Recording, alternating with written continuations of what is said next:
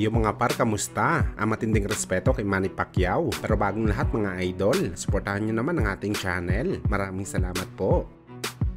So matapos nga po makatikim ng brutal knockout ang super bantamweight top contender na si Asato Banisian sa naging digmaan nito sa Mexican superstar na si Luis Nery noong Pebrero nitong taong kasalukuyan, kung saan mga idol naghayag na po ang tubong Armenia na gusto nito makabalik sa bakbakan sa lalong madaling panahon at gusto nito makalaban mga idol ang kapwa nito contender sa dibisyon kagaya ni Stephen Fulton, Akhmadaliev, Sam Goodman at ang ating pambator na si Janrael Casimero. Naniniwala si Banisian mga idol na sila daw mababagsik na fighter sa kanyang dibisyon. Kaya gusto daw nito subukan kung gaano katibay ang mga fighter na to kapag siya daw ang kalaban. Well, sa ngayon mga idol, mukhang malabo pa makuha ni Banisian ang laban na gusto niya dahil karamihan sa mga ito mga idol may nakaschedule na laban. Si Fulton personal na mismo na inamin na featherweight na ang kanyang bagong dibisyon. Samantala si Akhmadaliev naman mga idol ay may kasado ng title eliminator fight at si Casimero naman mga idol posible makipag-rematch kay Uguni sa February. Kaya sayang ito mga idol para kay Cuadro Alas. Napakagandang matchup pa naman sana mga idol si Banisian para sa Pinoy boxer dahil kagaya ni Casimero, wasakan din ng mukha ang gusto nito sa bakbakan. Sinisiguro natin na magiging digmaan ng laban. Magandang record sana ito para kay Alas sakaling mapasama niya si Banisian sa kanyang resume dahil kahit natalo man ito kay Luis Nery, kinikilala pa rin ito na isa sa mga halimaw na fighter sa super bantamweight division.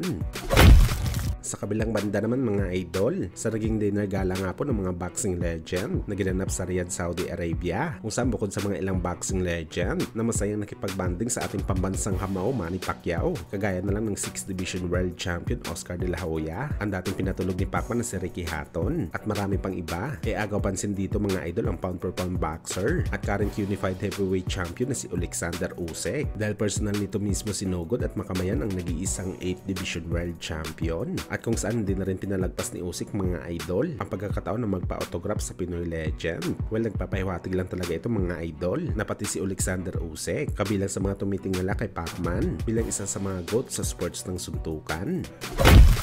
Samantala bago pa mga idol sinugod ni Usyk si Boss Manny, nakipagbanding naman po si Pacman sa kanyang matalik na kaibigan si Mike Tyson sa ibabaw ng boxing ring. Nagpalitan muna ng kamao at respeto ang dalawang legend. Bibihira lang natin mga idol makita ang dating dalawang most feared boxer na magkasama ng ganito. Sa mga hindi nakakaalam mga idol, matagal na po tagahangan ni Mike Tyson at Manny Pacquiao ang isa't isa. Si Pacman brutal na sinabi nito dati na isa daw si Mike Tyson sa kanyang mga inspirasyon kung bakit pinilit ito na maging boksingero. Si Mike Tyson naman sinabing si Manny Pacquiao daw ang pinakapaborito nitong Asian fighter dahil sa galing at bagsik nito sa bakbakan dahil kahit medyo may kaliitan nakikipagsabayan nito sa mga malalaki at halimaw na fighters sa laban.